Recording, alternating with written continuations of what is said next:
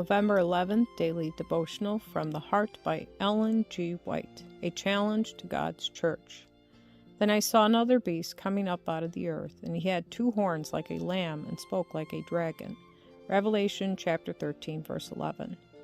To the Apostle John on the Isle of Patmos were opened scenes of deep and thrilling interest in the experience of the church. Subjects of intense interest and vast importance were presented to him in figures and symbols, that the people of God might become intelligent concerning the perils and conflicts before them.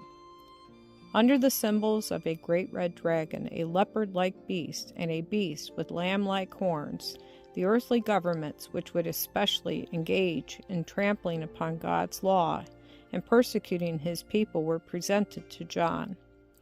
The war is carried on until the close of time. The people of God, symbolized by a holy woman and her children, were represented as greatly in the minority. In the last days only a remnant still existed. Through paganism and then through the papacy, Satan exerted his power for many centuries in an effort to blot from the earth God's faithful witnesses. Pagans and papists were actuated by the same dragon spirit. They differed only in that the papacy, making a pretense of serving God, was the more dangerous and cruel foe. Through the agency of Romanism, Satan took the world captive. The professed Church of God was swept into the ranks of this delusion, and for more than 1,000 years the people of God suffered under the dragon's ire.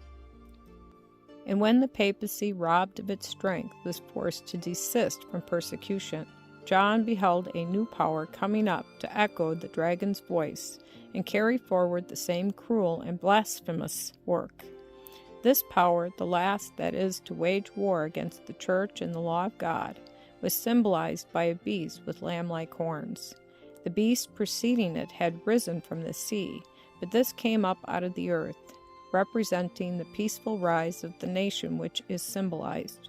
The 2 horns like a lamb, Revelation chapter 13, verse 11, well represent the character of the United States government as expressed in its 2 fundamental principles, republicanism and Protestantism. These principles are the secret of our power and prosperity as a nation.